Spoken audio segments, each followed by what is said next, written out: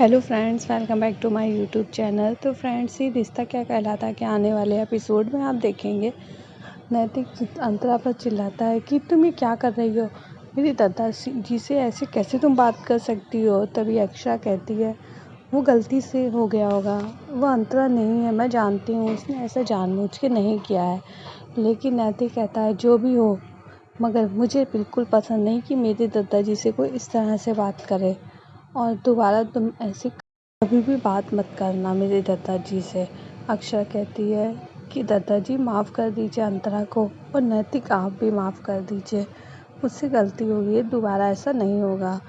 अंतरा भी कहती है कि मुझे माफ़ कर दो, दोबारा ऐसा कभी नहीं होगा, वो मैं अनक्ष को संभाल रही थी इसीलिए ये सब हो गया। आगे आप देखेंगे अक्षरा कहती है कि देखो तुम अलग जगह से हो, हम लोग अलग, तुम्हारा रहन सहन अलग है, हमारा अलग। एक दूसरे की ज़िंदगी में जो भी जाएगा उसे दिक्कत तो होगी ही ना, क्योंकि हम दोनों को अपने अपने तरह से रहने की आदत पड़ चुकी है। आगे आप देखेंगे इधर वर्षा और शौर्य आपस में बात कर रहे होते हैं। शौर्य कहता है कि पता नहीं क्या होगा, वो प्रोजेक्ट मिलेगा कि नहीं। तभी वर्षा कहती है तुम परेशान मत हो, सब अच्छा होगा और वो प्रोजेक्ट मिल जाएगा।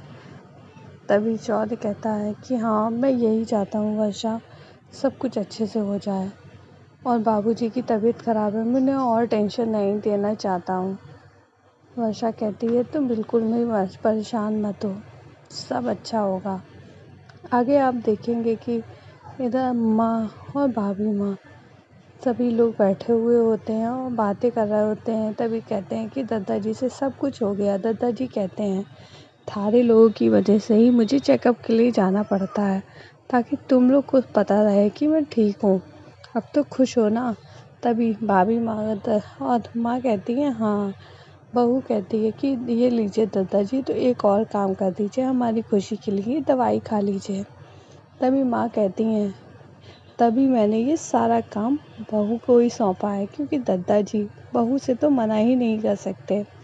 और सभी लोग बहुत हंस रहे होते हैं। तभी अक्षरा कहती है हाँ और क्या, दादाजी को खानी ही पड़ेगी, मैं खिलाऊंगी तो। इधर अंतरा ये सब देख रही होती है और तभी अंतरा के पास बार बार सिद्धार्थ का फ़ोन आ रहा होता है। ये सब भाभी माँ और माँ देखती हैं।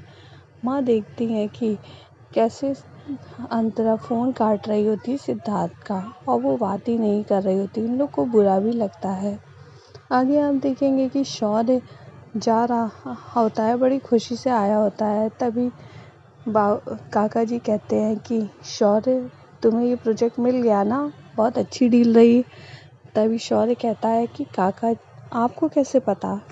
शौर्य कहता है कि तभी काका जी कहते हैं कि पता क्यों नहीं होगा, तुम्हारे चेहरे की खुशी बता रही है, ये प्रोजेक्ट तुम्हें मिलना ही था, हम सब बहुत खुश हैं। आगे आप देखेंगे वर्षा फ़ोन करती है, अक्षरा को पूछती है कैसा रहा, और अंतरा कुछ समझी कि नहीं।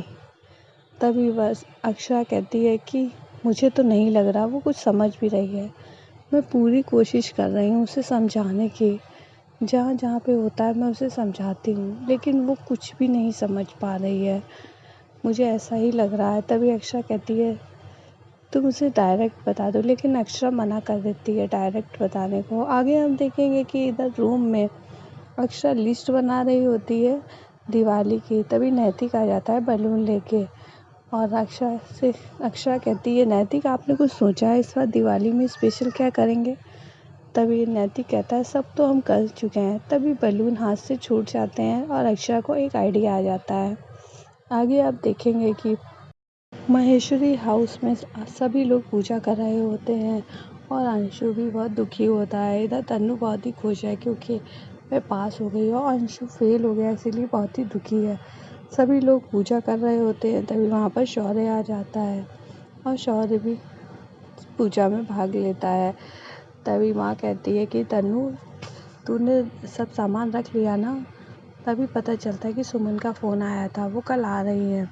इधर शौर्य बताता है कि माँ मुझे जाना होगा, हो सकता है मैं दिवाली पर भी ना आ पाऊँ।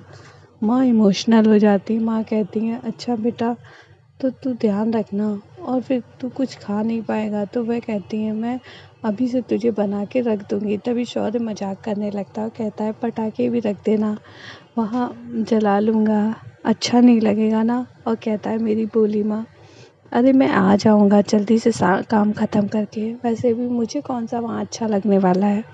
आगे आप देखेंगे कि इधर सभी लोग बैठे हुए होते हैं। तभी वहाँ पर अंतरा आ रही होती है, सोचती है कि अच्छा रहा अक्षरा ने कुछ नहीं बताया हॉस्पिटल का, वरना भाभी माँ और माँ को तो मैं क्या ही बताती। आगे आप देखेंगे भाभी माँ और अक्षरा तीनों लोग बातें कर रही होती हैं और दिवाली की तैयारियाँ कर रहे होते हैं। अक्षरा कहती है हाँ माँ मैं ये कर लूँगी, हाँ मैं माँ वो सब मैं कर लूँगी। तभी भाभी माँ और माँ कहती हैं अरे बहू सब कुछ तू ही कर लेगी तो मैं क्या करूँगी, हम लोग क्या करेंगे, थोड़ा काम हमें भी बता दे। तभी अक्षरा कहती है नहीं माँ आप लोग आराम करो, सारा काम मैं कर लूँगी।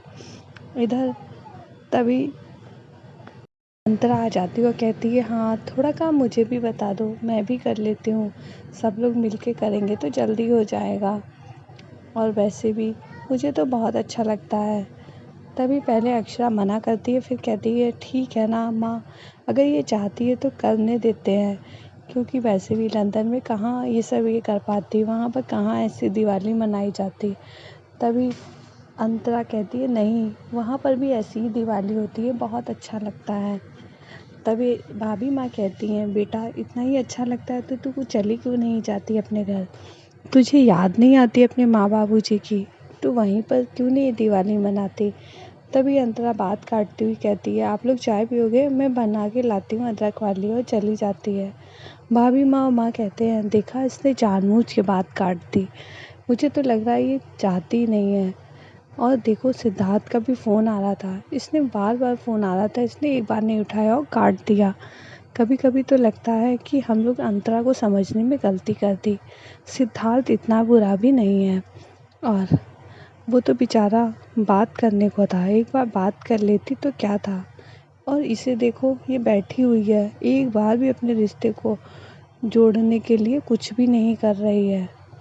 आगे आप देखेंगे इधर भाभी माँ और माँ दोनों लोग मिठाइयाँ बना रहे होते हैं, अक्षरा भी बैठी मिठाई बना रही होती हैं।